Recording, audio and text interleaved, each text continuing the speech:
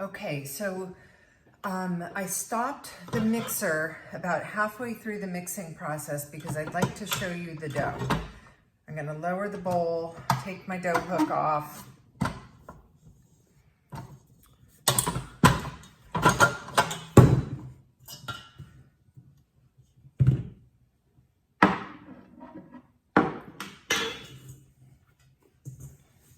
Okay, so the dough has come together nicely. It's not the least bit sticky, but I want you to see what, when I hold the dough like this and I pull it, see how the dough is tearing?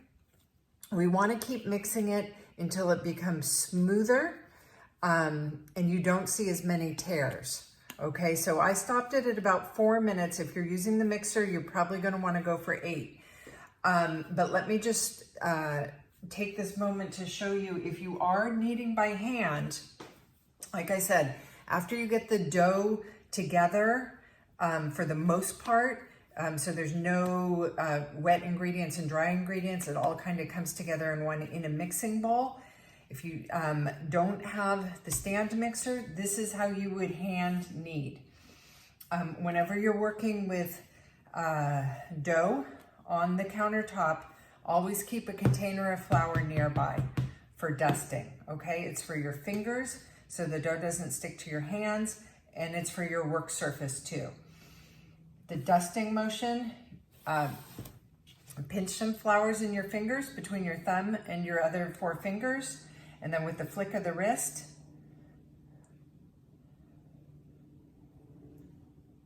dust the flour.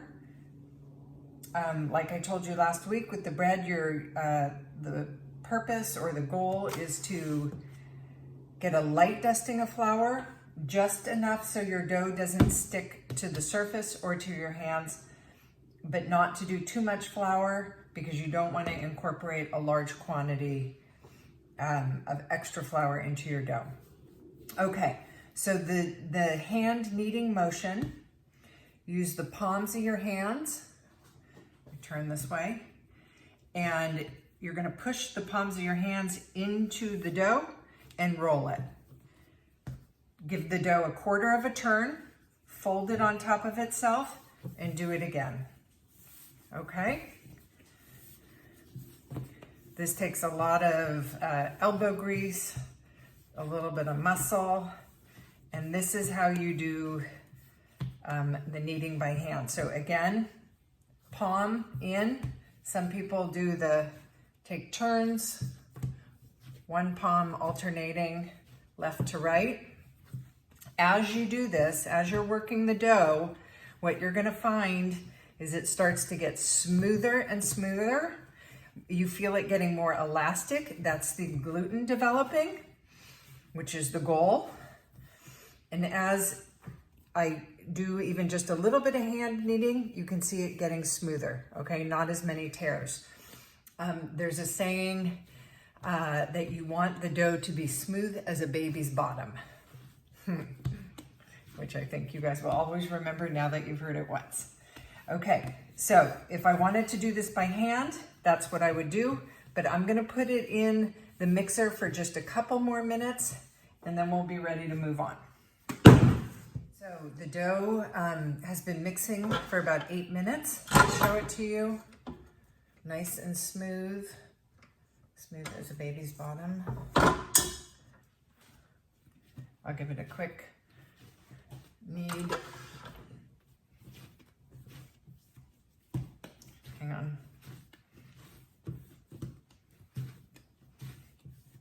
Okay, so there we have it, not sticky at all.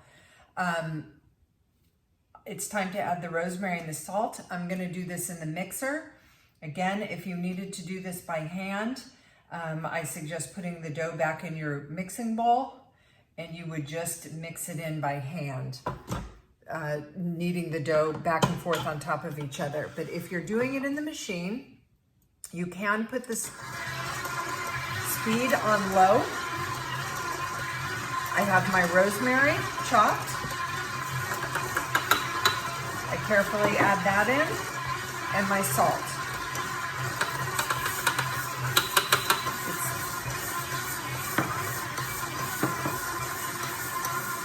okay?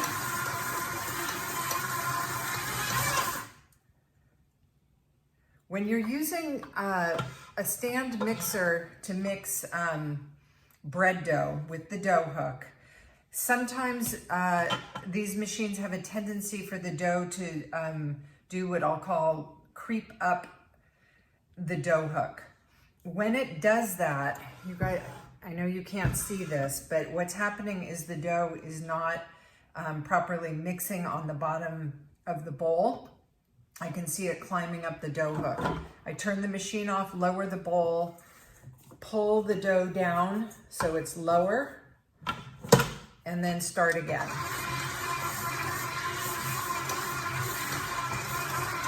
Okay, so some of the salt and the rosemary have trouble mixing in. So what I'm gonna do is pull it out, and I'm gonna put it on the surface and just knead it in by hand. And you can see how I do that. Okay. Try to just knead it until it looks like it's evenly distributed.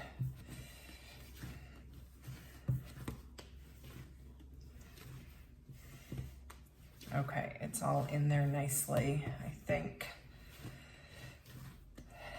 So we're ready for our first bulk ferment. And for this recipe, we do that on a lightly oiled sheet pan. So I'm gonna set the dough here. I use olive oil.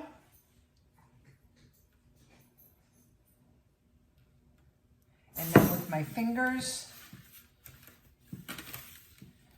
spread the olive oil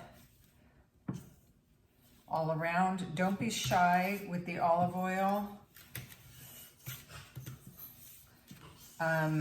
You're going to use a little bit more than you ordinarily would when you're oiling a pan. Get it all up and down on the sides. Okay? Hang on one sec.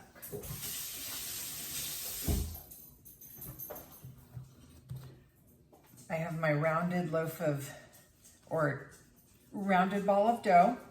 Set that right in the middle.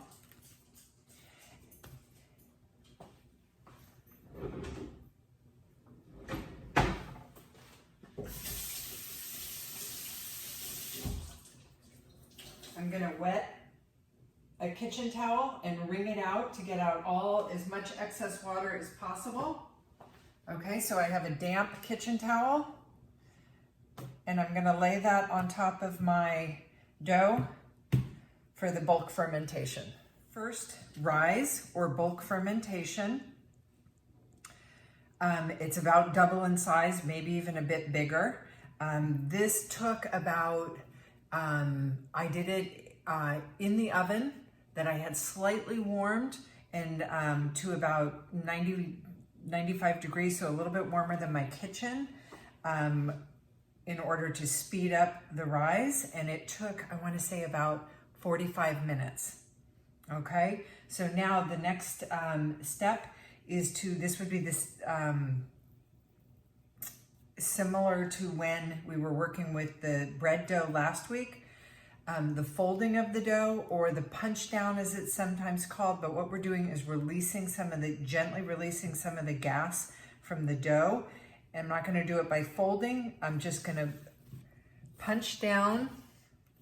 You can see the dough deflates, lets out some of that gas. And then I'm gently going to stretch the dough to fill up the half sheet pan. Okay, so I just used my fingers. At this point, there's a lot of gluten development. And so the dough, you'll find, is very stretchy. As I stretch it, it kind of does a little bit of shrinking back. So I just want to keep continually stretching in all directions to evenly fill up the pan. Remember that the pan was already generously oiled with olive oil. So it's, once I have this stretched and shaped, the dough is gonna rise again, but we're not going to have to move the dough off of this sheet pan. This is the sheet pan that you'll bake your dough in. Okay, so you can see it's slowly getting to fill the pan. Now, if it is gonna rise again, it's gonna double in size and get bigger. So if you're not quite at all the corners, don't worry about that. That will, you'll be able to manipulate the dough and shape it a little bit better after the next proofing. Okay, so there we go. I have it like that. Again, I'm going to use my damp kitchen towel, cover it, and let that rise until double in size. The dough just completed the second rise. You can see it's grown in the sheet pan. So at this point, I'm going to, again, with using my fingertips to dimple the dough and gently release some of the gas. And as I do that, I'm gonna try to very gently ease the dough into the corners of the sheet pan just to entirely fill the pan. So just using my fingertips, and as I do this, I can see air bubbles releasing. I don't want to entirely deflate the dough, but release some of that gas. Okay, so you have it like that. Then the remainder of the olive oil, you can either pour it on or you can use a pastry brush. Do this very liberally, and that you'll see that the olive oil pools up a little bit in the divots that you made with your fingertips. A lot of oil in this recipe. That's one of the reasons it's so delicious. Let me just get all of this on there, cover all the dough.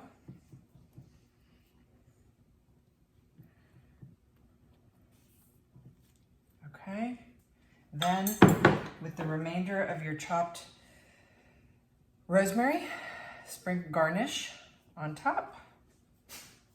A little more. And lastly, garnish with salt. Now, you're just gonna leave this for the final proof for about 10 minutes, and then it's gonna bake in the 400-degree oven, and that's it. And there you have the completed rosemary focaccia. This is straight out of the oven. I want you guys to see the nice color, a nice deep brown. It baked for approximately 20-21 minutes in the 400-degree oven. But like I said, everyone's ovens vary a little bit high or low. So time might be a little different. The more important thing is what to look for and when to know that your focaccia is fully baked. First thing would be the color. Second thing I want you to see, I'm gonna tip it up and hopefully you can see this. The focaccia shrinks, the dough, as it bakes, it shrinks away from the edges of the pan. So the fully cooked focaccia releases easily, okay? I can also tell when I touch it, lift it up and feel it. It has a lighter feel. The baked dough feels airier and lighter than when it's raw before it's baked, and it has more of a dense, heavy feel to it.